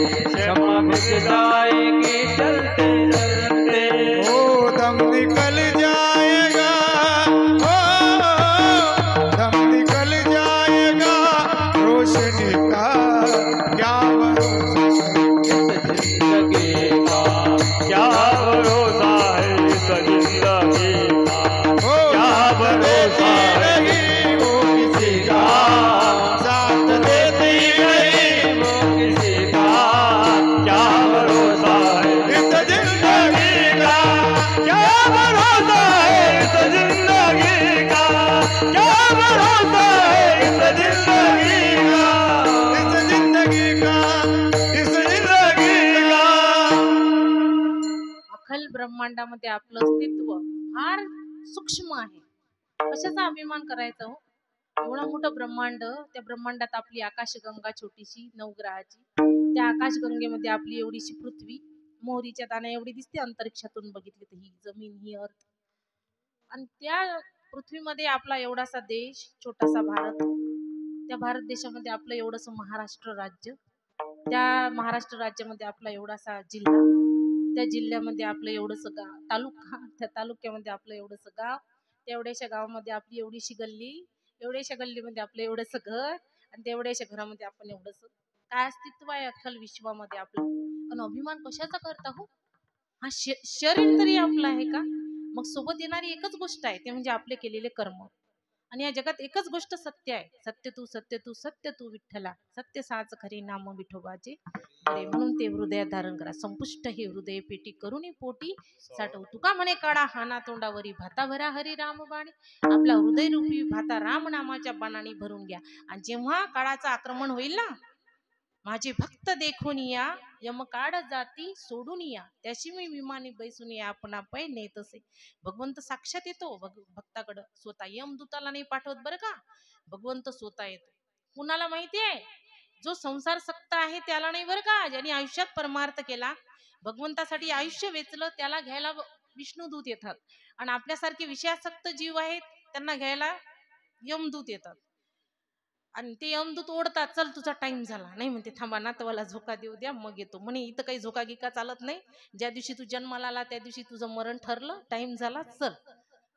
अजामिड अंत मरणाशी आला, तोवरी स्मरला नाही तुझं प्राण जाते वेळी, म्हणे नारायण त्यासाठी विमान पाठविले. अजामिड ब्राह्मणाला 10 मुलं होते म्हणतात, त्यापैकी लहान्या मुलाचं नाव होतं नारायण. मग सगळे मुलं जवळ होते, छोटा मुलगाच जवळ नव्हता. मग त्यांनी आवाज दिला, नारायण. मरताना कुणाला आठवलं? स्वतःच्या मुलाला. पण देवाचा गैरसमजच झाला, देवाला वाटलं मलाच बोलवलं का, विष्णुदूत धावतच आली. मग तिथं यमदूत दारात हजर, विष्णुदूत दारात. विष्णुदूत म्हणतात, हे तुमचं गिराईक नाहीये, हे आमचं गिराईक आहे, देवाला सांगा हे आमचं आहे. म्हणे नाही हो, आता नारायण म्हटलं ना त्याने, अरे ते गैरसमज झाला तुमचा, ते त्याच्या पोराचं नाव आहे, त्या देवाला सांगा तुमचं नाव नाहीये. तरी म्हणतो देव माझा झाला तो, कारण याच्यासाठी केला होता अट्टास, शेवटचा दिवस गोड व्हावा. तो शेवटचा दिवस गोड झाला पाहिजे, निदान शेवटच्या क्षणी तरी देवाला आठवा ना. शेवटचा क्षण आला, म्हाताऱ्या माणसाचा, माणूस म्हणतो मी मेल्यानंतर म्हशीचं दूध कोण काढीन, आता मोठाच प्रश्न आहे. आणि मग यमदूत घेऊन गेले. भगवंत म्हणतो काळजी करू नको, या म्हशीच्याच पोटी हेलगट म्हणून पाठवतो तुला. जशी वासना तसा जन्म, जड भरत राजा हरणे गर्भी गेला, घाला तो घातला वासनेने. जन्मा येणे घडे पातकांचे मुड, संचिताचे फळ आपुल्या, मग वायाविना दुःख वावणे रुसुनिया काय देवावरी. देवाला कशाला दोष देता? तुमचे कर्म, तुमची पाप, तुमची वासना, या सगळ्या गोष्टी अतृप्त राहिल्या की पुढचा जन्म भेटतो माणसाला. या जन्मात नाही फिटला ना, पुढच्या जन्मात फेडावं लागेल. म्हणून संतांच्या इच्छा आधीच संपल्या. संतांच्या मनात ना कोणते विषय, ना कोणती इच्छा, काहीच नाही, सगळं संपून गेलं. म्हणून ते म्हणतात संत मोक्षपदाला जातात आणि आपण मरणाच्या दारावर जातो. आपल्याला यमदूत ओढू ओढू बाहेर काढतात, कारण आयुष्यभर या देहाला हा जीव सोडायला तयारच होत नाहीत ना. फार मोठी भाग्यानं देवाची आठवण येत असते माणसाला. आंसू नहीं होते तो आंखें इतनी खूबसूरत नहीं होती, आंसू नहीं होते तो आंखें इतनी खूबसूरत नहीं होती, दर्द नहीं होता तो खुशी की कीमत नहीं होती. मिल जाता अगर सब कुछ चाहने से, मिल जाता अगर सब कुछ चाहने से, तो दुनिया में ऊपर वाले की जरूरत नहीं होती. माणसाला मनात आली ते मागितलं असतं आणि भेटलं असतं तर देव आठवला असता का आपल्याला? किती मोठे संकट येत आहेत, आता पाण्याची गरज आहे का हो? किती विनाकारण भरभरूनच देते, जेव्हा पाहिजे तेव्हा नाही. रस्त्यानं बघितलं, सोयाबीन कामातून गेलं, पराठी कामातून गेली, शेतकऱ्यांचे किती हाल आहे तो. हे प्रलय आहेत बरं, ही कलियुगाची सुरुवात आहे. आता फक्त म्हणतात 5000 वर्ष झाली, असे किती 4.5 लाख वर्ष कलियुगाच्या अंताला टाइम आहेत. किती भयानक परिस्थिती होईल. हे श्रीमद भागवताच्या शेवटच्या अध्यायात आहे हे सगळं. ऋतू बदलतील, गायी दूध देणार नाहीत, झाडांना फळं लागणार नाहीत, पाणी विकत घ्यावं लागेल, लोक 10-10 दिवस आंघोळ नाही करतील. ज्याच्याकडे ऑक्सिजनच्या ते काय म्हणतात सिलेंडर, तेच श्वास घेऊ शकतील, बाकीचे मरून जातील. एवढी भयानक परिस्थिती होणार आहे भविष्यामध्ये. धर्म टिकणार नाही, धर्म ग्लानीला जाईल. आणि तिथपर्यंत आपल्याला कशाला जगायचं? म्हणून भगवंताला म्हणायचं, भगवंता नको बाबा, देशील तर याच जन्मामध्ये मोक्ष दे. आणि तुकोबाराई दुसरीकडे म्हणतात, तुका म्हणे गर्भवाशी सुखी घालावे आम्हाशी, देशीनच जन्म भगवंता, घेईन मी जन्म याजसाठी देवा, तुझी चरण सेवा साधावया, तुझी चरण सेवा माझ्याच्यानं घडली पाहिजे. अशा घरात जन्म दे मला, व्यसनी माणसाच्या घरात जन्म नको देऊ बरं. व्यसनी माणसाचं फार बेकार आहे. मी माझ्या स्वतःच्या डोळ्यांनी बघितलं हो. आमच्या शाळेत शिकणारी छोटीशी मुलगी आहे, पहिल्या वर्गात का दुसऱ्या पहिलीमध्ये, आणि तिच्या घरात व्यसन, बाप पितो, आईला मारतो, असं रोजचं प्रकरण. आई राग घर सोडून निघून गेली छोट्या मुलीला घेऊन 2 वर्षाच्या. ही 5.5 वर्षाची मुलगी पहिलीत येते, आंघोळ करत नाही, घाणेरडी राहते, का तर आईच नाही, आणि बापाला फक्त पिण्याच. रात्री पोरगी एकटीच झोपलेली असते, ना आजी आजोबा, ना काका ना काकू. हा येतो पितो झोपून राहतो. ते बिचाऱ्या लेकराला काय संस्कार होणार आहे? तो काय पाप केलं असेल? मग अशा घरात जन्माला येऊन त्या लेकराचं पापच नाही का? म्हणून तुकोबाराय म्हणतात, मला अशा घरात जन्म दे की ज्या घरात वैष्णवाचं नाव घेतलं जातं, ज्या घरात संतांची पूजा होते, ज्या घरात संस्कृती टिकलेली आहे, अशा घरात. आता आई जिजाऊन जर शिवरायांना शिकवलं नसतं, ती शिवराय घडले असते का हो? नाही नाही शिवबा, आपली जहागिरी सांभाळून गब्बईस असं म्हटलं का? नाही शिवबा, हे बघ, या रयतेला, या जनतेला तुला या परकीय चक्रापासून मुक्त करायचंय, त्यांना सुखी करायचंय, यासाठी प्राण गेला तरी चालेल, पण तुला जगायचं तर या रयतेसाठी जगायचं. ही शिकवणारी ती जिजामाता किती श्रेष्ठ असेल हो. आम्ही पोराला सांगतोय, बघ तुझा डब्बा तू खाय, कोणाला द्यायचा नाही. आमच्या वागण्यानं, आमच्या बोलण्यानं लोक लेकरं सुधरत नाहीत, आमच्या वागण्यानं लेकरं सुधरले पाहिजे. शिवराय जन्माला येण्यासाठी जिजाऊ सारखी कूस असावी लागते, नाही का? आता छावा बघितला ना तुम्ही? छावा, त्या छावामध्ये फार कमी दाखवला. आता आपल्याकडे 15 मिनिटं आहेत. छावा चित्रपटात फार कमी दाखवलं. संभाजीराजांना संगमनेर येथे जिवंत पकडलं, साखळ दांड पाया हातामध्ये ओढत ओढत फरफटत नेलं. 28 दिवस 29 दिवस हाल केले संभाजीराजांचे. बोटाची नखं काढून टाकली, बोट छाटून टाकली, गुडघ्याच्या वाट्या काढून टाकल्या, तप्त सळया डोळ्यामध्ये घालून डोळे फोडून टाकले, आंधळं केलं, जीभ कापून टाकली, कान कापून टाकले, किती मोठे हाल केले. आम्हाला साधं ब्लेड लागलं तर किती आग होते हो, सहन नाही होत आमच्या जण. किती सहन केलं, किती सहन केलं असेल. कशासाठी? धर्मासाठी. जीव गेला पण धर्म बदलला नाही.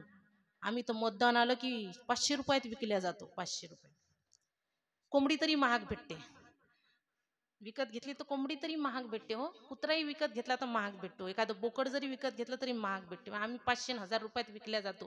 किती आम्ही म्हणजे काय म्हणतो, आम्ही आमचं अस्तित्व, आमचा स्वाभिमान गहाण टाकला, नाही का? शेवटी त्या चित्रपटात काहीच दाखवलं नाही. शेवटी संभाजी राजांचा, ते म्हणतात ना, बटाटा सोलतो तशी चांबडी सोलली आणि त्यावर तिखट मीठ टाकलं आग व्हावी म्हणून. एवढंच नाही, जीव गेल्यानंतर, बेशुद्ध पडल्यानंतर मान कापून टाकली, शरीराचे तुकडे तुकडे केले आणि जंगलात फेकून दिले औरंगजेबानं. कशासाठी? कोल्हे लांडग्यांनी खावे म्हणून, त्या अपमान व्हावा त्यांच्या मृतदेहाचा म्हणून. आपल्या मावड्यांनी ते तुकडे जमा केले आणि तुळापूर येथे संभाजी राजांचा अंतिम संस्कार केला. अजून समाधी आहे संभाजी राजांची. देश धर्म पर मिटने वाला सिंहा का छावा था, देश धर्म पर मिटने वाला सिंहा का छावा था, महापराक्रमी परम प्रतापी एक ही शंभू राजा था, एक ही शंभू राजा था. बोला छत्रपती संभाजी महाराज की जय. हे ऐकवा मुलांना, हे शिवरायांचं चरित्र आहे का? हे संभाजी राजांचं चरित्र आहे का? तेव्हा हे पोरं घडतील. हे काय काही कामाचं नाही. पुढची पिढी जर बर्बाद झाली ना, तर हा देश गुलाम व्हायला वेळ लागणार नाही. कितीतरी बारीक बारीक गोष्टी शिकवल्या हो संतांनी आम्हाला, किती सांगावं आम्ही. या संतांचे उपकार इतके अनंत आहेत, आपण 2 तासात काय सांगणार आहे? काय द्यावे त्यांची व्हावी उतराई, ठेविता हा पायी जीव थोडा. हे संत आपल्या घरात असावे, त्यांचं चरित्र आपल्या घरात असावं, त्यांची पुस्तकं आपल्या घरात असावे. आम्ही 20-20 लाखाचे घरं बांधतो, गाड्यात फिरतो, पण आमच्या इथं 500 रुपयाची 600 रुपयाची ज्ञानेश्वरी जी जगणं शिकवते, ती ज्ञानेश्वरी आमच्या घरामध्ये नाही. किती मोठं दुर्दैव हो. अरे ज्ञानोबारायांचं ज्ञानेश्वरी उघडा आणि मन लावून वाचा, जणू काही ज्ञानोबाराय माझ्याशी बोलतायत अशी अनुभूती झाल्याशिवाय राहत नाही. The greatest philosophy in the world is Dnyaneshwari. जगातलं सगळ्यात मोठं तत्वज्ञान कुठं आहे? तर माऊलीच्या ज्ञानेश्वरीमध्ये. आणि या ज्ञानेश्वरीची निर्मिती आमच्या महाराष्ट्रात झाली. किती मोठी भाग्याची गोष्ट आहे. आणि आम्ही महाराष्ट्रातले लोक विसरलो नाही का त्याला? बरंच काही बोलता येते. अरे संतांचं चरित्र गातात, कितीही बोला ते कमीच आहे. असे एक संत नाही, प्रत्येक संतांचं चरित्र ऐकसाल ना तर डोळ्याला धारा लागतील, इतकं अगाध आहे. हे मुलांना ऐका तेव्हा पुढची पिढी घडेल. म्हणून सहज बोलणे हित उपदेश करुणी सायास शिकविती विठोबा रखुमाई. गोपाळ कुमारी गोपाळ कुमारी गोपाळ कुमारी गोपाळ कुमारी गोपाळ गोपाळ कुमारी कुमार कुमारी गोपाळ कुमार गोपाळ कुमारी गोपाळ गोपाळ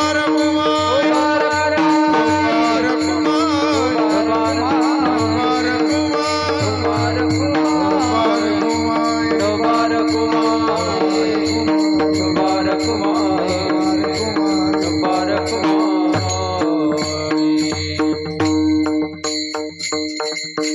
आता अर्ध कीर्तन झालं, अर्ध बाकी आहे अजून. नाही तर जास्त उठून आई भगवतीच्या दरबारात थोडं जागरण घडलं तर काय काय नुकसान काय आहे त्याच्यामध्ये. 5 मिनिट जास्त झाले की लोक घड्याळकडे बघतात. काही काळजी नका करू. 5 मिनिटं आहेत आपल्याकडे, 5-10 मिनिटं आहेत. भगवंताच्या नामस्मरणात जागरण करणं हे एका नागरिकाचं, एका माणसाचं, एका साधकांचं कर्तव्य आहे.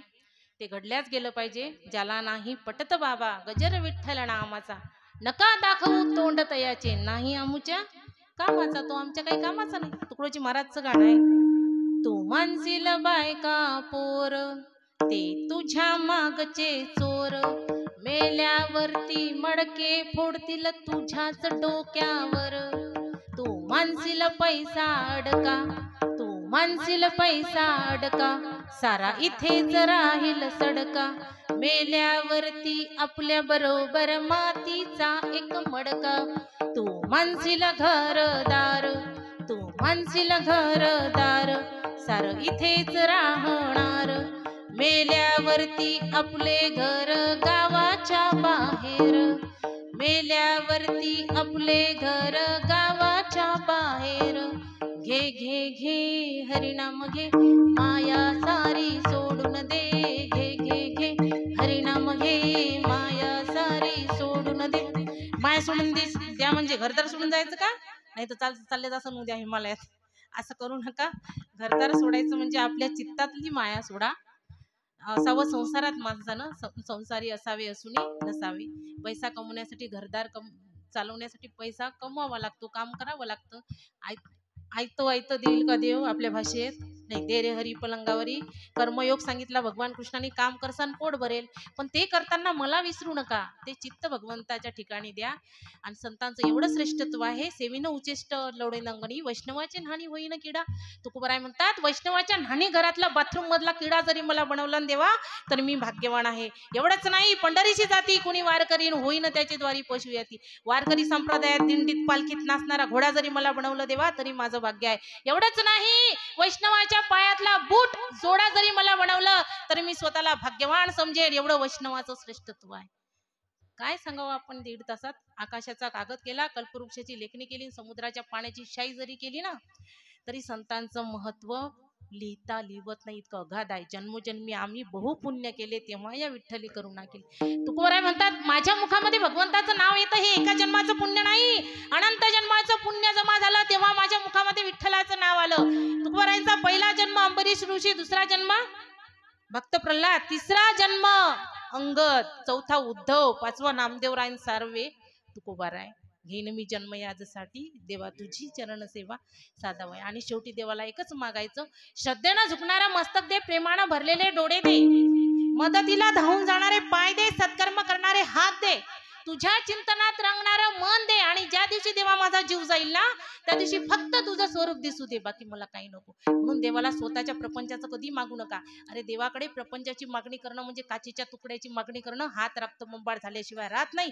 पाहे पा दूध पवित्र आणि गोड, पासी त्वचेची या पद्रा आड, परी ते अविरून गोचिड अशुद्धची सेवी. गायच्या स्तनाला गोचिड असतो, त्या गोचिडाला दूध काही दूर नसते, पण ते गोचिड गायचं दूध पित नाही, त्याला गायचं रक्त आवडतं. आम्ही जीवरूपी गोचिड आहोत, आम्हाला भगवंत काही दूर नाही, पण आम्हाला विषयरूपी रक्त चाखण्यात आनंद वाटतो. म्हणून तो भगवंत आमच्यापासून दुरावला. म्हणून त्याला जवळ करायचं आहे ना, आमच्या माऊलीला शरण जा, तुकोबारायांना शरण जा, साधू संतांना शरण जा. आणि शेवटी तुकोबाराय काय म्हणतात, घर हिंडते आकाशी चित्त तिचे पिलापाशी. गाय रानात चरायला गेली. तिला आपलं वासरू आठवतं की मी कधी 5 वाजता कधी सूर्यास्त होतो, कधी माझ्या वासराला भेटते, कधी त्याला दूध पाजते, ही गायीची आशा. त्या गायीचं उदाहरण देऊन तुकोबाराय म्हणतात, संतही या गायीप्रमाणे आहे की ज्याच्या चित्तामध्ये फक्त साधकांचं या जीवांचं कल्याण असतं. म्हणून तुकोबाराय शेवटच्या चरणात म्हणतात, तुका तुका म्हणे वाच देणू चित्ती, तुका म्हणे वाच देणू चित्ती, तुका म्हणे वाच देणू चित्ती, तुका म्हणे वाच देणू चित्ती, तुका म्हणे वाच देणू चित्ती, तुका म्हणे वाच देणू चित्ती, तुका म्हणे वाच देणू चित्ती, तुका म्हणे वाच देणू चित्ती, तैसे मज घेती सांभाळीत, तैसे मज घेती सांभाळीत, काय द्यावे आसी वावे उतराई, काय द्यावे आसी वावे उतराई, ऐसे माजायती सांभाळिता, आ आ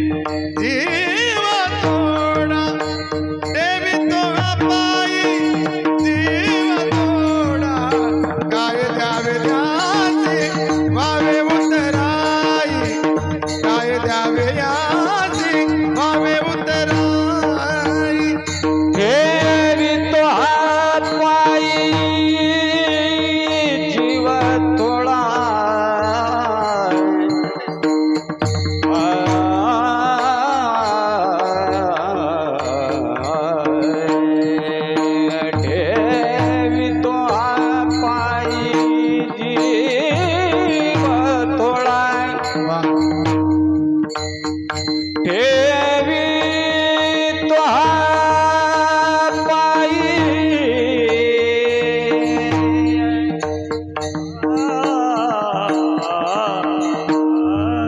ठेवी तो पायी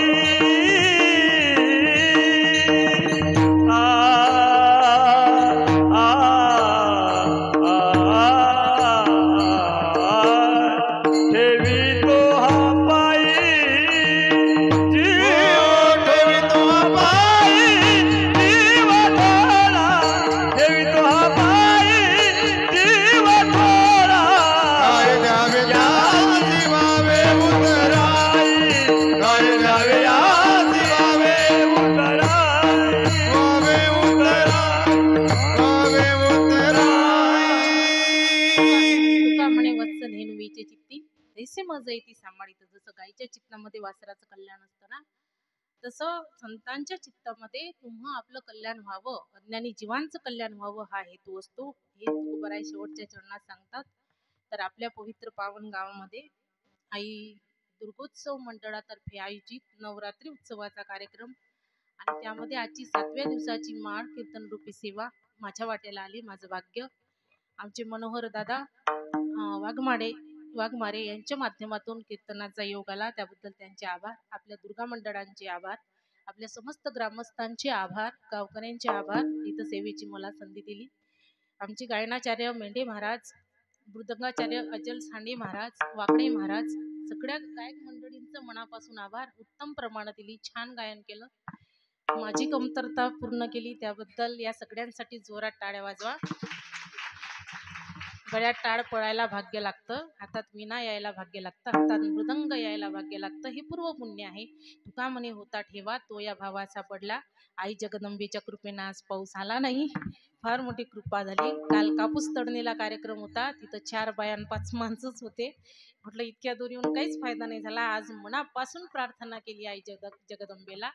आई भगवतीनं ऐकलं, त्याबद्दल आई जगदंबेच्या चरणी कोटी कोटी प्रणाम. झालेली सेवा. आता आपला टाइम झाला. ऊस गोड लागला म्हणून मुडासकट खाऊ नये, प्रीतीचा पाहुणा आहे म्हणून बरेच दिवस कुणाच्या घरी राहू नये, चंदन थंड आहे म्हणून उगाडून पिऊ नये, सोन्याची सुरी झाली म्हणून उरात पारून घेऊ नये, आणि तुम्ही ऐकणारे सापडले म्हणून काय सांगतच बसाव, काय सांगू नये. झालेली सेवा पांडुरंगाच्या चरणी अर्पण करू आणि माऊलीचं अंतकरणापासून भजन करू. ज्ञानोबा माऊली तुकाराम, ज्ञानोबा माऊली तुकाराम.